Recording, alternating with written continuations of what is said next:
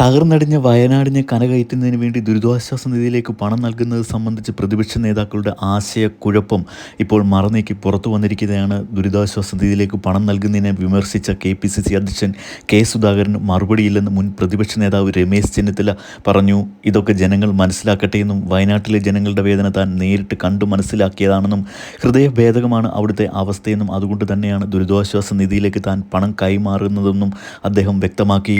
400ഓളം ആളുകളാണ് അവിടെ മരിച്ചു വീണത്. നൂറുകണക്കിന് പേർ ഇപ്പോൾ ആശുപത്രിയിലാണ്. ആയിരങ്ങൾ ദുരിതാശ്വാസ ക്യാമ്പിൽ കഴിയുന്നു. അവിടെയുള്ളവരെ സഹായിക്കേണ്ടത് സംസ്ഥാനത്തെ ഓരോ പൗരൻ്റെയും കടമയാണ്. അതുകൊണ്ടാണ് ദുരിതാശ്വാസ നിധിയിലേക്ക് ശമ്പളം നൽകിയതെന്നും അദ്ദേഹം കൂട്ടിച്ചേർത്തു. ഒപ്പം തന്നെ സർക്കാരിനെ വിമർശിക്കാനുള്ള സമയമില്ലെന്നും ദുരിതാശ്വാസ നിധിയിലേക്ക് പണം നൽകണമെന്നുമായിരുന്നു പ്രതിപക്ഷ നേതാവ് VD സതീശൻ പറഞ്ഞത്.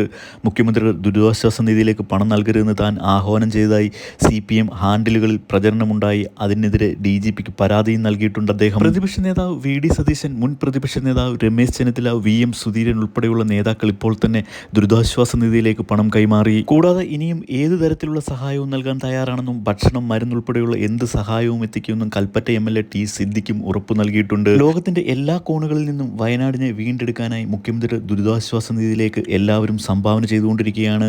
വയനാട്ടിലെ ഏറ്റവും പുതിയ അറിയിപ്പുകൾക്കും വിശേഷങ്ങൾക്കുമായി ദയവായി ചാനൽ സബ്സ്ക്രൈബ് ചെയ്ത് വെക്കുക. വീഡിയോ ഒന്ന് ലൈക്ക് ചെയ്തുകൂടി കാണുക. താങ്ക്